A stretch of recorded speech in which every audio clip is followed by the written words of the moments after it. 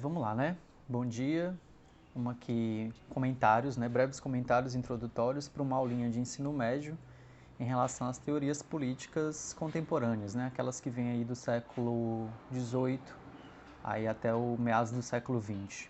Então a gente pode falar principalmente das teorias políticas aí entre o século XVIII e XIX, né? Você pode começar pelo liberalismo, e como crítica ao liberalismo, a gente tem o socialismo, que ele vai se dividir em socialismo utópico e socialismo científico. Você tem o comunismo e você tem o anarquismo. Basicamente, são essas quatro principais teorias, né? O liberalismo, o socialismo e o comunismo e o anarquismo. Então, cada uma dessas teorias, elas têm aí alguns teóricos, alguns filósofos, alguns pensadores que vão representar essas teorias. Se a gente for pensar primeiro no liberalismo, né, a gente tem como os principais expoentes do liberalismo, você tem o filósofo John Locke, filósofo contratualista, liberal, iluminista, né, ali do final do século XVII, início do século XVIII. Você tem o também inglês Adam Smith, né, da Grã-Bretanha. O Adam Smith, ele é conhecido como o pai do liberalismo econômico, né? Tem autores que fazem essa divisão entre liberalismo econômico e liberalismo político. O John Locke sendo um representante do liberalismo político e o Adam Smith um representante do liberalismo econômico. Mas tem muitos outros autores que não fazem essa divisão. Quando se fala de liberalismo, é o pensamento liberal. A ideologia liberal, ela é um todo, né? Um complexo de pensamentos, relações e ideias, e que hoje, inclusive, contemporaneamente, né, muita gente diz, eu sou liberal na economia, mas conservador nos costumes, né? De um modo geral, tratar as ideologias, tratar os sistemas políticos como uma caixinha onde você vai lá, eu sou liberal, eu quero só isso aqui do liberalismo, mas eu não quero isso daqui. Isso torna algumas coisas às vezes esdrúxulas, né? Umas coisas às vezes esquisitas. Por isso até que muitos autores, quando falam do liberalismo, fala como um todo, não separa o liberalismo econômico do liberalismo político. Quando eu falo em liberalismo econômico, a gente lembra principalmente da questão do Adam Smith, que ele vai falar da mão invisível do mercado, né? Que o mercado se autorregula, não precisaria o Estado regular o mercado, regular a economia, né? O Estado ele não precisaria intervir nas relações de compra e venda, nas relações do mercado, né? Da economia de uma forma geral. Não precisaria regular preços, não precisaria regular relações de trabalho, né, de produção. Isso é uma visão bem liberal do ponto de vista econômico. Mas quando a gente fala do liberalismo, se a gente fizer o recorte do ponto de vista político, né, a liberdade de crença, a liberdade de associação, a liberdade religiosa, isso também vem dentro do mote liberal, né, do final do século XVII e início do século XVIII. Essa ideologia liberal, que está ali no final do século XVII e início do século XVIII, ela é conhecida também como a ideologia do capitalismo, a ideologia da burguesia. A classe burguesa, que estava em ascensão, né, desde o final da Idade Média, na Idade Moderna, começa a requerer também um certo posto dentro do Estado, um posto político, eis que ela começa a ascender também economicamente e vê na nobreza e no clero potenciais inimigos ou de fato inimigos, porque tanto a nobreza quanto o clero não produzem, não formulam riquezas, mas apenas tomam a riqueza, que é formulada pelos trabalhadores ou pela burguesia ou quem está nas relações de produção e de mercado. Então, a burguesia começa a ver o clero e a nobreza como inimigos, e diante de uma monarquia, das monarquias, né, e monarquias absolutistas na Idade Moderna e de uma igreja muito forte, principalmente a Igreja Católica, os burgueses acabam defendendo uma liberdade individual em detrimento dessa coesão e dessa coerção que a igreja e os sistemas monarquistas eles impõem ao indivíduo. Então, quando a gente fala de liberalismo, a gente tem que lembrar primeiro o quê? A questão da liberdade. Liberdade política, liberdade de voto, liberdade de associação, liberdade de crença, liberdade de mercado, liberdade de compra e venda, inclusive, né, liberdade também de enriquecimento, né, e junto dessa ideologia liberal, dessa ideologia burguesa e capitalista, vem também o mote da democracia, em oposição à monarquia. Então, isso é muito característico do século XVIII e do iluminismo, essa defesa da liberdade individual e do poder e do reconhecimento do direito do indivíduo de votar, do reconhecimento do indivíduo de escolher os seus representantes, do direito do indivíduo de crer ou não crer num determinado Deus, de seguir ou não seguir uma determinada religião. Isso, de uma forma geral, nós estamos falando do liberalismo. O liberalismo ele traz também uma questão muito individualista, né, do indivíduo. É visar muito o reconhecimento do direito individual. Por quê? Porque entende-se que o indivíduo seria o átomo social, né? Os indivíduos, eles são livres e, por serem livres, eles escolhem livremente viver em sociedade, eles escolhem as leis, eles escolhem os representantes, eles escolhem os rumos da sua vida. Isso é muito questão do liberalismo. Então, outra ideologia que vem atrelada ao liberalismo é a questão da meritocracia. O que é a meritocracia? É um tipo de estrutura de sociedade, de ideia, de ideologia, que diz que a sua posição social, a sua posição econômica, ela diz respeito às suas ações, às suas atitudes, já que você é entendido como um indivíduo que é livre e igual a toda e qualquer outra pessoa. E que tem os mesmos direitos. Se você é livre e igual a toda e qualquer pessoa e tem os mesmos direitos, você pode fazer o que for para alcançar onde você quer chegar, alcançar o patamar que você quer alcançar. Seja ele de riqueza, seja ele de status social. Então, o pensamento liberal, ele traz essa questão da meritocracia, né? O lugar onde você está e o local onde você alcançará depende simplesmente do seu esforço pessoal, do seu querer, da sua vontade, das suas ações, dos seus empreendimentos. Isso é muito característico do século XVIII e da ideologia burguesa e da ideologia liberal, beleza? Quando a gente chega ali no final do século XVIII, né, com a Revolução Francesa, a gente tem a Revolução de Independência dos Estados Unidos, né? Quando a gente chega no final do século XVIII, quando a burguesia consegue, de fato, né, derrubar monarquias, quando ela consegue se colocar e se assentar no poder do Estado político, né, ela meio que se separa do proletariado. E aí os socialistas vão dizer, né, a burguesia, ela se apoiou em algo legítimo do povo, se apoiou em algo legítimo dos seres humanos, mas num determinado momento que ela conseguiu ascender ao poder, que ela conseguiu fazer a sua revolução, as revoluções burguesas, ela tratou de se separar do proletariado, dos trabalhadores. E aí os trabalhadores foram relegados a um segundo plano. Então a burguesia ela ascendeu ao poder, né, derrubou as monarquias, o clero já não tem tanta importância politicamente, né, o clero já não tem tanta força também econômica, a força econômica está no self-made man, né, aquele homem que se faz por si mesmo, que enriquece, que trabalha assim, entre aspas, né, obviamente, que constrói riqueza, né, que constrói possibilidades de produção de riqueza.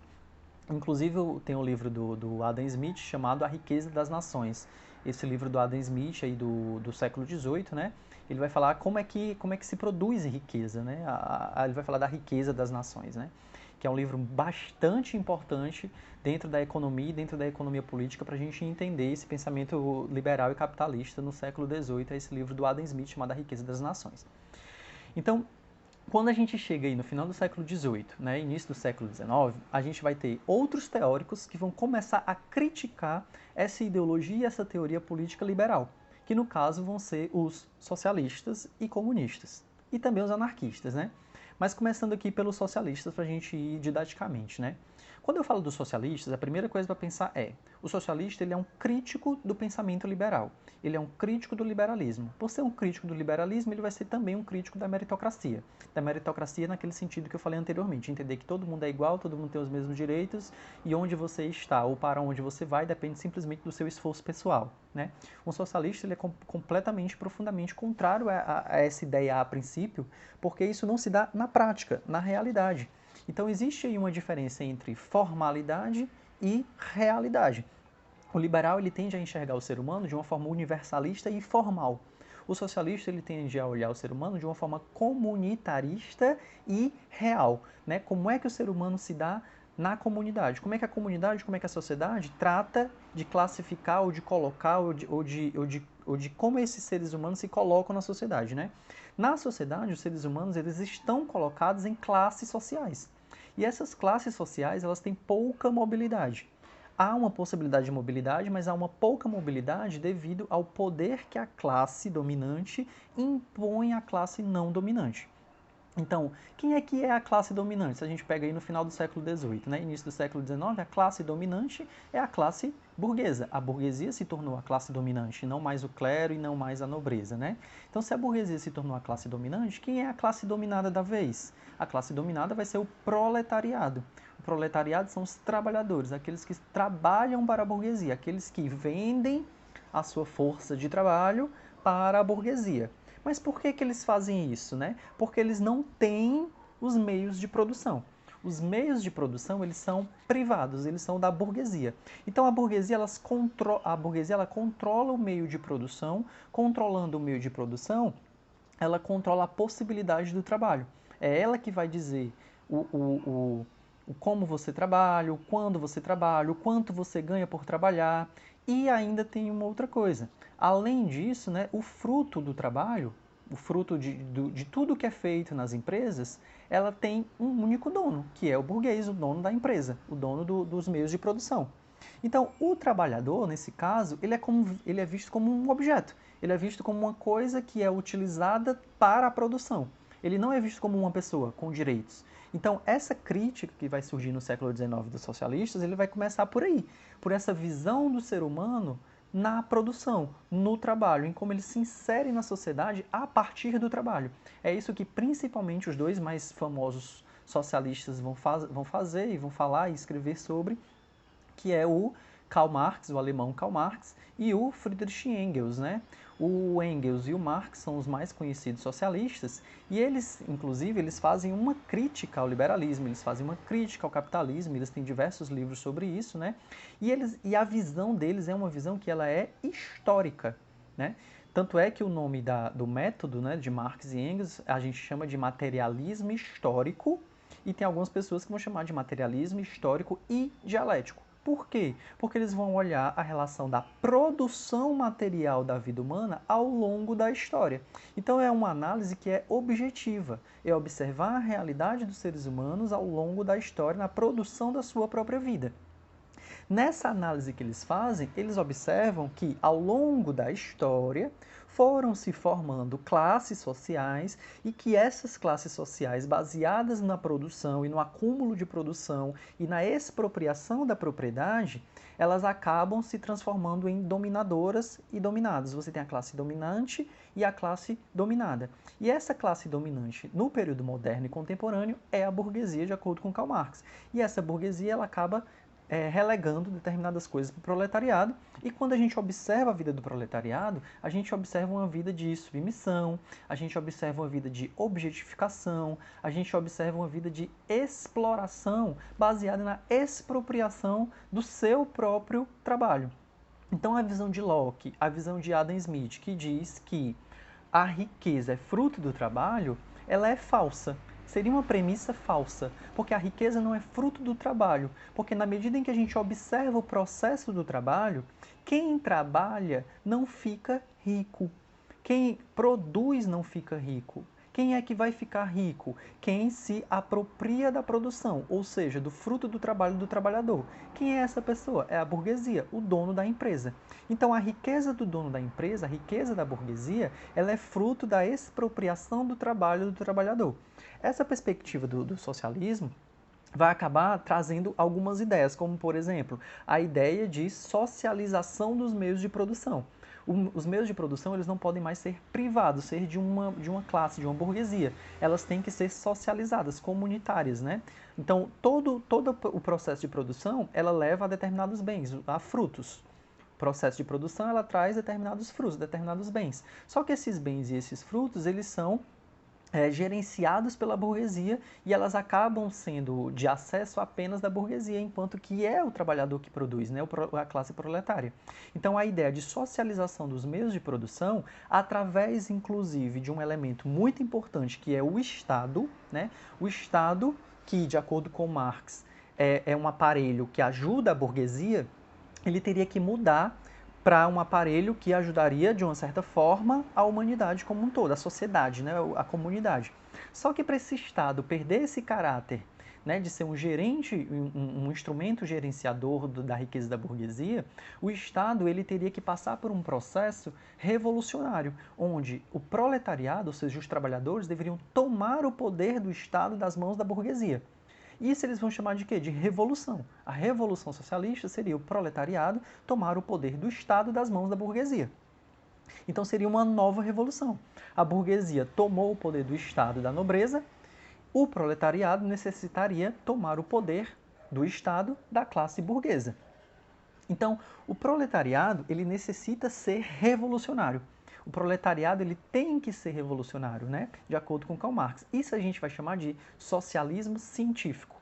O Friedrich Engels ele tem um livro que ele vai diferenciar o que seria o socialismo utópico do socialismo científico. Essa divisão aparece muito também.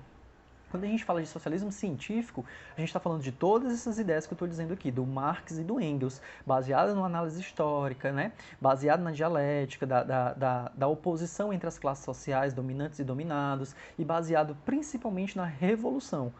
O socialista científico ele reconhece que é preciso fazer uma revolução para haver socialismo, para haver socialização dos meios de produção e também da riqueza, né? Para não ficar concentrada na mão da burguesia, sendo gerenciada às vezes pelo Estado. Então, isso é uma característica dominante no socialismo científico.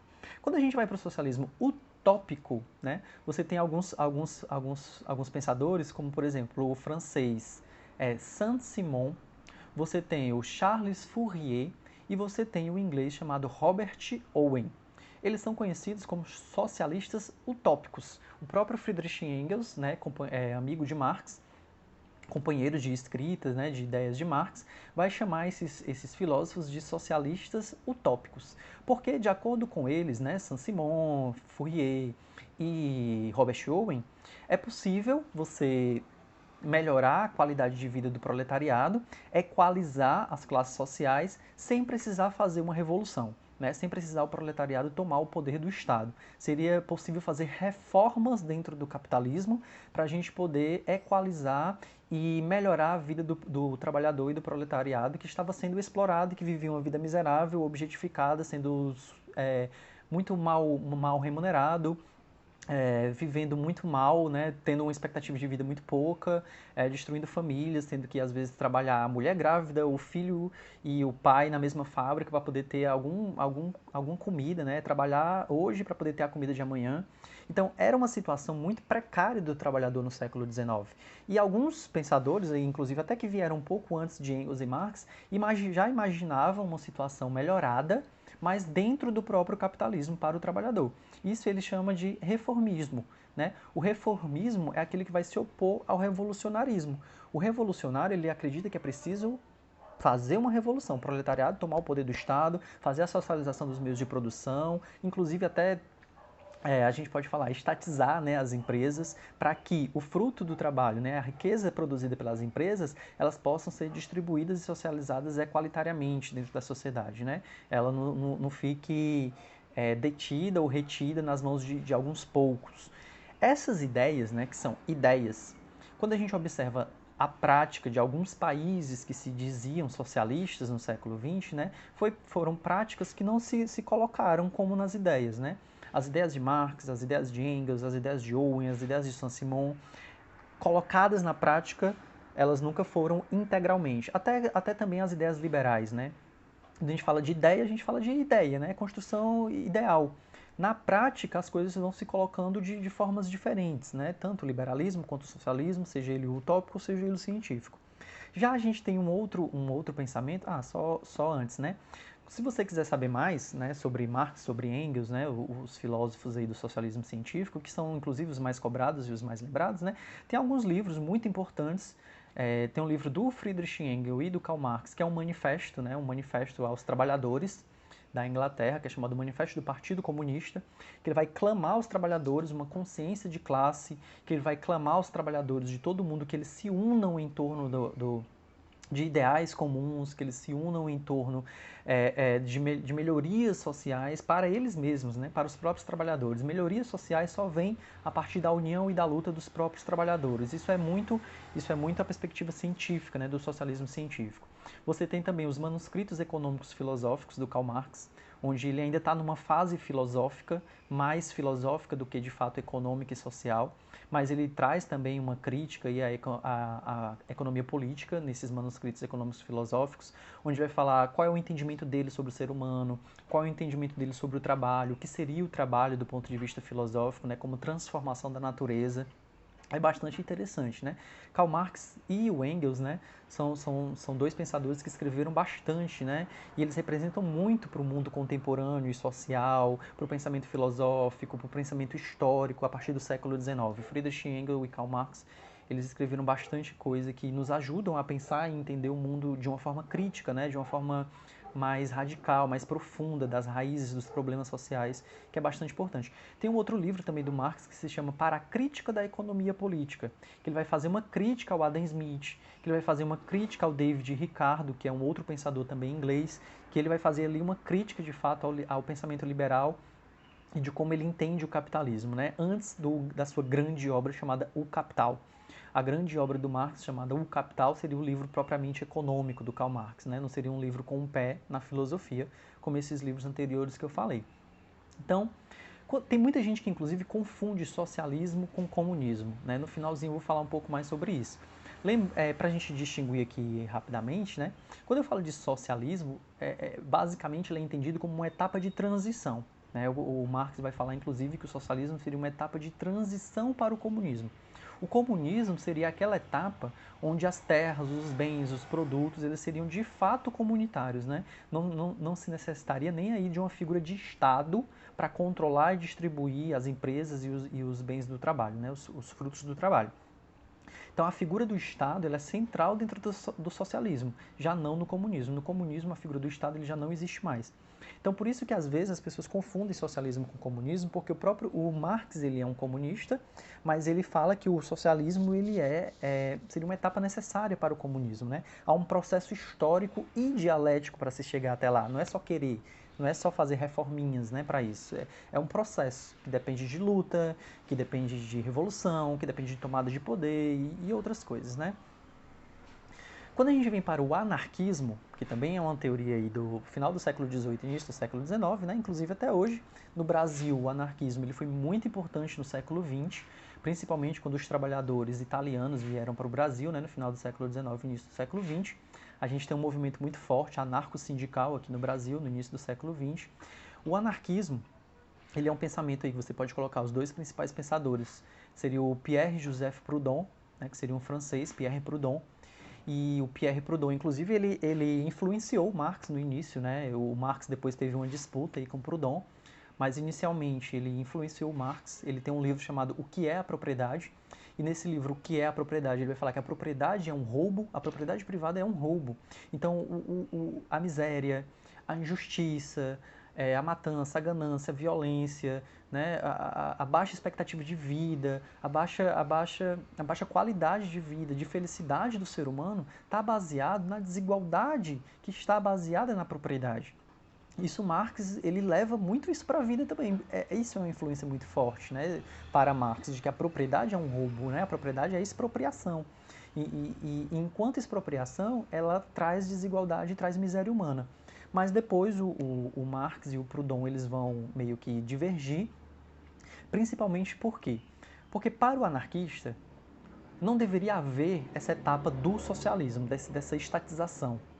Por que não deveria haver? Porque para o anarquista, o Estado ele também é um opressor, ele também é uma figura de opressão. Então não adianta o proletariado tomar o Estado para oprimir a burguesia ou equalizar os meios, né, equalizar, fazer justiça social, porque o Estado ele é visto também como um opressor. Então, o anarquista ele tem uma visão mais próxima, formal do ser humano e da realidade do liberal do que do socialista científico. A visão do ser humano, a visão de revolução para o anarquista, ela é mais próxima do ser humano, da visão do ser humano formal, do liberal. Por isso que tem muita gente, às vezes, que coloca o anarquista também como um liberal. Mas tem essas diferenças porque eles também vão ser um crítico do liberalismo. Eles vão ser críticos do liberalismo porque eles vão entender que o liberalismo é uma ideologia da burguesia que só serve para o enriquecimento da própria burguesia em detrimento, né, da exploração dos seres humanos, dos indivíduos pelos indivíduos, do homem pelo homem, da exploração de uns pelos outros. Então eles são totalmente contra qualquer tipo de exploração, qualquer tipo de cerceamento, né? Então o Estado ele acaba se tornando uma figura também de opressão. Agora tem um outro pensador muito importante, que é um pensador russo, chamado Mikhail Bakunin, ou Mikhail Bakunin, que ele é russo, que ele tem algumas obras bastante importantes que ele vai falar. Tanto o Estado é um opressor, quanto a Igreja é um opressor. Então a luta do anarquista é contra a Igreja e contra o Estado, contra a opressão do ser humano. Porque ele entende que não é só o Estado que oprime o ser humano, mas também a Igreja. Por quê? Porque a Igreja ela vai trazer ideias transcendentais, né?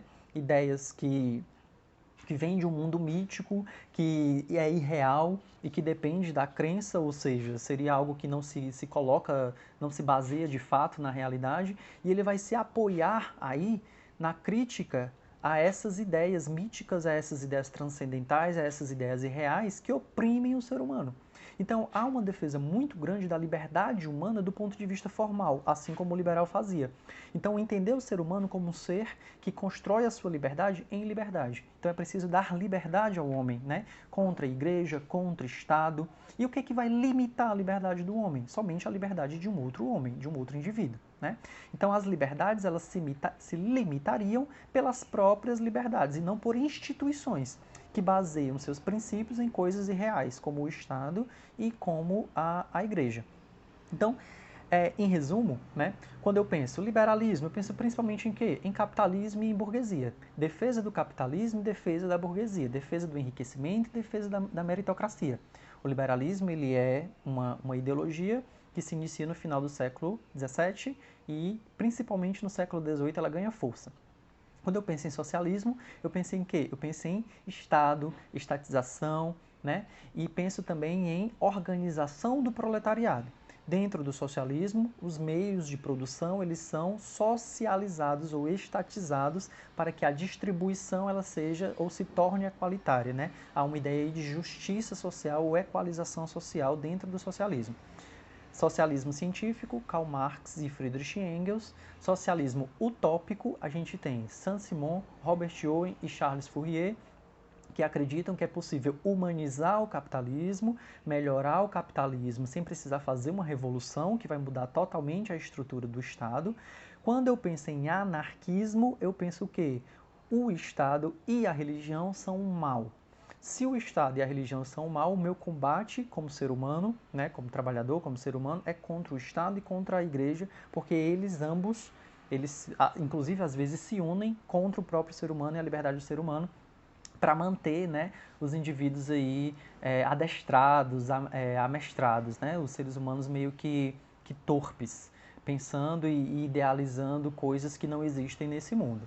Então, tanto o anarquismo quanto o socialismo, eles trabalham muito com essa questão da defesa do ser humano e da defesa do trabalhador, contra aquele capitalista, né, contra o burguês, que apenas quer explorar os outros, né, e que se faz sobre a exploração dos outros. E tem um texto muito interessante, que é da revista Super Interessante, do Mundo Estranho, textozinho básico, curto, onde ela vai falar da diferença entre comunismo e socialismo. Eu vou ler aqui para vocês, está aberto aqui no computador o texto da revista Super Interessante, do Mundo Estranho, da revista Super Interessante, de 2011, onde ele vai fazer a diferença entre comunismo e socialismo. Ele diz assim: as expressões comunismo e socialismo recebem significados nem sempre muito precisos.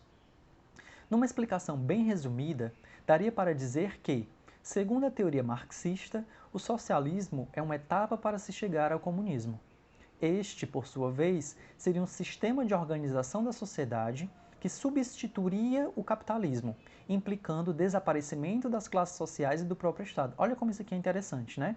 No comunismo não há Estado e nem mais classes sociais. No socialismo ainda há classes sociais. Por quê? Porque o proletariado tomou os meios de produção, né, da burguesia e do Estado para poder socializar, para poder ter a equalização e a justiça social. Tendo a equalização, posteriormente você pode ter o comunismo, porque não vai mais haver classes sociais, né, baseadas no acúmulo de riqueza, baseado no acúmulo do que se produz. Aí continuando o texto. No socialismo, a sociedade controlaria a produção e a distribuição dos bens em sistema de igualdade e cooperação. Esse processo culminaria no comunismo, no qual todos os trabalhadores seriam os proprietários de seu trabalho e dos bens de produção, diz a historiadora Cristina Meneghello. Mas essas duas expressões também podem assumir outros significados. Pode-se entender o socialismo num sentido mais limitado, significando as correntes de pensamento que se opõem ao comunismo por defenderem a democracia. Em contraposição, o comunismo serviria de modelo para a construção de regimes autoritários. Então, isso aqui ele está falando como foi visto na prática, né? Na prática, esses termos, socialismo e comunismo, eles podem ser vistos de uma outra forma, né? Comunismo, o termo comunista, ele foi visto aí durante muito tempo no período contemporâneo, no século XX, né, como governos autoritários. E o socialismo foi visto como democracia. Então, por isso que até os sociais-democratas da Europa, né, do século XX, eles não se entendem ali como liberais capitalistas, né? Eles se entendem como sociais-democratas, que está mais próximo do socialismo do que próximo daquele liberalismo clássico, né? Então, isso foi como se viu na prática. É aquilo que eu falei anteriormente, né? Quando a gente coloca uma ideia, né, o tipo ideal, e tudo aquilo que caracteriza aquela ideia, nem sempre na prática todas as correspondências correspondem, né, à realidade. Aí, continuando o texto, ele fala assim: os especialistas são quase unânimes em afirmar que nunca houve um país comunista de fato. Alguns estudiosos vão mais longe e questionam até mesmo a existência de nações socialistas.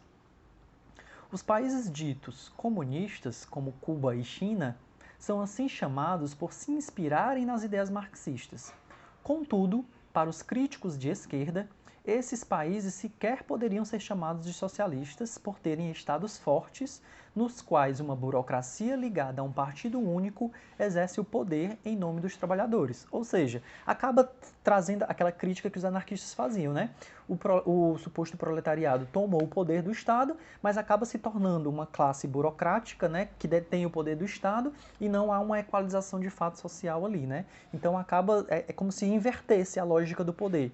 Você está aqui no poder, oprimindo esses tomam o poder e acabam oprimindo esses aqui que estavam anteriormente no poder. Há só uma troca, né? Uma troca lógica de opressão. Isso é uma crítica que o anarquista vai fazer ao modelo socialista, né? De revolução do proletariado tomando o poder do Estado. A revolução do proletariado para o anarquista, ele não tem que tomar o poder do Estado, não, ele tem que destruir o Estado. Último parágrafo. Logo após a Segunda Guerra Mundial, formou-se na Europa, sob lideranças da União Soviética, um bloco de nações chamadas de comunistas. Esses países tornaram-se ditaduras, promovendo perseguições contra dissidentes. A sociedade comunista justa e harmônica, concebida por Marx, jamais foi alcançada. Pronto. Um texto simples, né, que ele vai explicar aqui a questão do comunismo e do socialismo, trazendo as ideias, né? O Marx vai colocar, né, no comunismo, você tem aí justiça, harmonia, sem classe social, sem Estado. Mas para chegar até aí é preciso o quê? Revolução, é preciso violência, é preciso tomada de poder, é preciso reopressão do proletariado sobre a burguesia. Isso é uma visão mais realista, né, do ser humano que o Karl Marx e o Friedrich Engels vão trazer.